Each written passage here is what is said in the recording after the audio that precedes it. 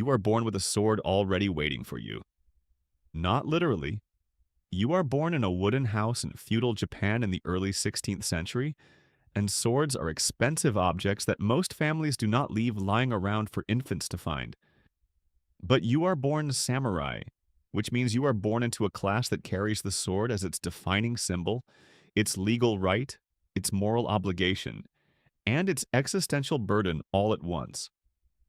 The sword is waiting for you the way a vocation waits for someone born into a family of priests. You didn't choose it, it chose you before you existed. The question that will occupy most of your life is not whether you will carry it, but what you will be when you do. This is not a simple question. The samurai is not one thing. The samurai is a class, a code, an aesthetic, a military function, a bureaucratic role, and a philosophical tradition that have been accumulating on top of each other for 400 years. You will spend your entire life learning what you are. You will die having learned most of it. Most of it is enough. Your education begins before you are old enough to resist it. At 5, you begin learning the basics of a warrior's bearing. Not weapons, weapons come later. First, posture. How to sit in formal settings, spine straight, hands placed precisely. How to enter a room occupied by your superiors. How to receive instruction without the expression on your face, revealing anything about your internal response to it. The cultivation of emotional control as a physical discipline, expressed through the body, practiced until it becomes involuntary. This sounds like repression. In the frame you were born into, it is the opposite. Control is freedom. The man controlled by his emotions is the slave of events. The man who commands his own responses can navigate any situation. This is not a theory. It is the pragmatic conclusion of a warrior class that has been in combat situations where emotional reaction is the difference between surviving and not. At 7, you begin calligraphy. At 8, poetry. The samurai is not merely a soldier. This would be a grotesque simplification of a tradition that has been building its cultural complexity for centuries. The ideal is something the Japanese call bunbu ryodo, the dual path of literary and military arts. A sword hand that can also hold a brush. A mind that can compose a poem and plan a battle with equal sophistication. Your father oversees your weapons training personally beginning at 9. Wooden practice swords first. Not toys, training implements used with full commitment. He corrects your grip the same way he corrects your calligraphy. Without explanation, just correction, expecting immediate incorporation. The physical education of a samurai child is not kind. It is thorough. By 12, you understand something about yourself that your father has been trying to teach you for 3 years without saying it directly. The sword is not about killing. Killing is the sword's last resort, not its purpose. The purpose is readiness. The state of preparation so complete that the threat of its deployment is usually sufficient. A samurai who draws his sword has already, in some sense, failed. Because the situation should have been managed before it required drawing. You are 12 years old, and you have already been given a more sophisticated theory of power than most people will encounter in their entire lives. You enter service at 16. Your lord is a daimyo, a regional feudal lord, whose castle you have visited twice as a child on formal occasions. Up close and daily, the man is different from the ceremonial figure. He is impatient, brilliant in his strategic thinking, capable of generosity that surprises you and cruelty that surprises you more. He is, in other words, a person rather than a symbol, and adjusting your relationship to him from symbol to person is the first real test of your service. Your duties in the first years are administrative as much as military. This surprises you. You trained for combat. What you actually spend most of your time doing is logistics, correspondence, the management of your lord's household affairs, standing guard at ceremonies, escorting officials, carrying messages. You are bored sometimes. You do not show it. Showing it would be a failure of the training. The code you are living by has a name, bushido, the way of the warrior. Its demands are total. Loyalty to your lord above all things, including your own survival.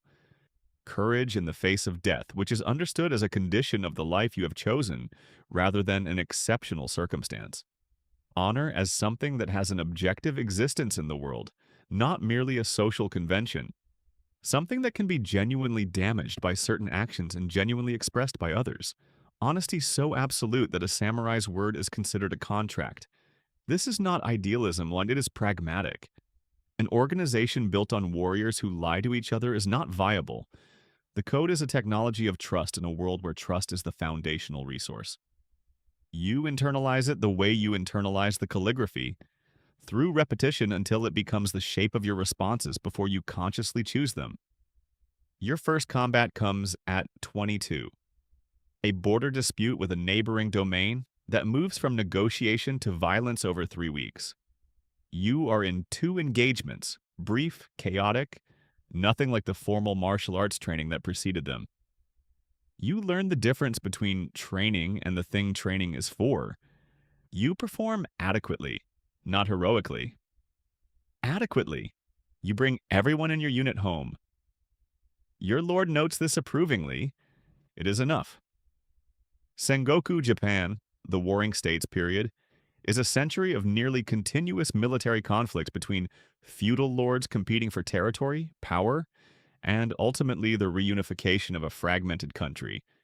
You are living in the middle of it, and the middle of it is an extremely dangerous place to be a samurai. You command a unit at 30. 30 men whose lives are your responsibility in the field, and whose training, equipment, morale, and readiness are your responsibility outside it. The management of men turns out to be its own discipline, as different from personal combat as personal combat is from calligraphy. The campaigns you participate in over the next decade teach you things about war that cannot be learned any other way. How an army breaks. Not always from the front, often from the middle, when the men in the center decide collectively and without communication that the situation is no longer viable.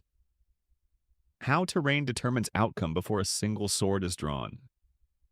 How the commander's bearing in a crisis, whether he panics or steadies, propagates through his men faster than any order he could give. You are steady. This is your defining quality as a commander. Not brilliant in tactics. You have served with men who are more inventive. Not fearless. You feel what everyone feels. You have simply trained the expression of it into the same control you trained into everything else. Steady. Consistent. The thing your men can count on when the situation exceeds the plan.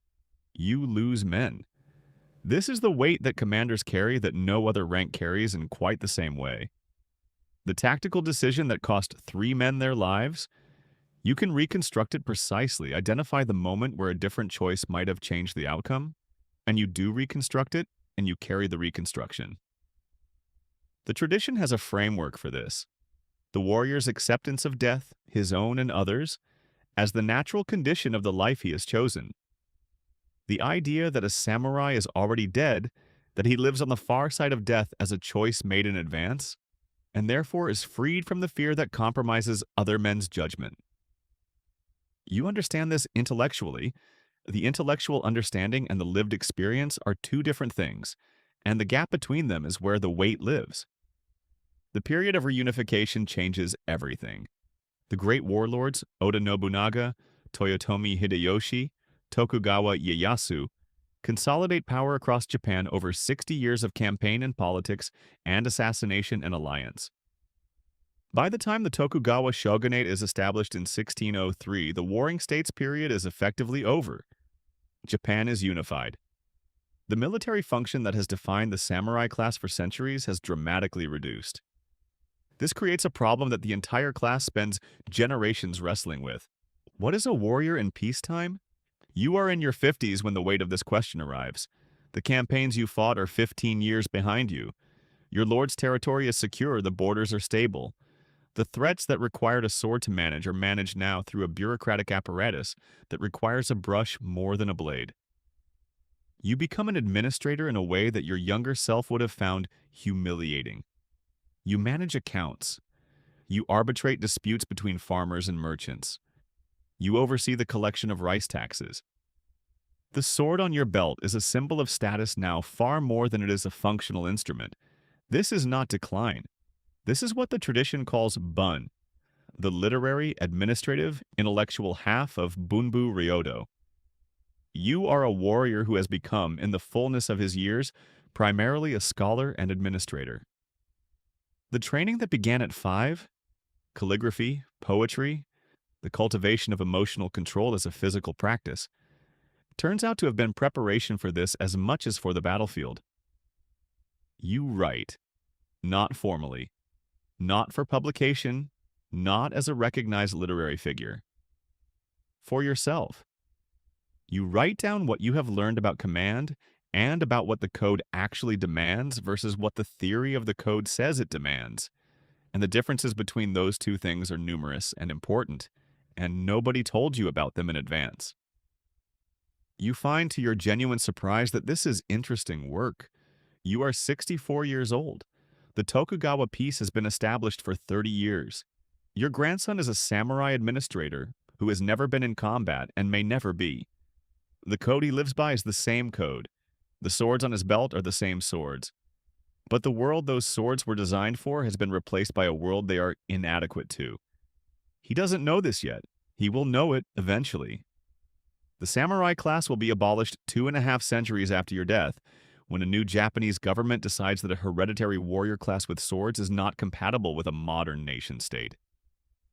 Your grandson's grandson's grandson will wake up on a morning in 1876 when carrying a sword in public is suddenly illegal.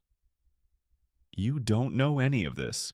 You know the world you are in, which is the only world that's available. What you know about the world you are in is this. The code worked. Not perfectly. Nothing works perfectly when humans are the material. But the framework that was handed to you at 5, the dual path of the literary and the martial, the cultivation of control as freedom, the idea of honor as something with objective existence, the loyalty that precedes self-interest, this framework produced something. It produced the 64 years you are sitting at the end of, the men you brought home, the disputes you arbitrated fairly, the writing you did for yourself in the evenings that nobody will ever read, the grandson who came to sit with you last week and asked you what the campaigns were like, and you told him the truth, which is that they were nothing like the stories and everything like the training. And he wrote down what you said in a notebook he carries because he takes the literary half of the path seriously. You sit in the garden your lord granted you when you retired. It is a very small garden, the kind that requires tending. You tend it in the mornings, the calligraphy of pruning, the brushwork of weeds. A sword is hanging on the wall inside. Your father's, his father's before that. It has not been drawn in 15 years. It will not be drawn again. It has done its work. So have you. The way of the warrior, it turns out, leads here. To a small garden, a hanging sword, a notebook in a grandson's pocket. It is not the destination you imagined at 9 with a wooden practice sword and a father who corrected without explanation. It is better. That's a wrap for today. If this one hit different, drop a comment and subscribe so you don't miss the next one. See you in the next one.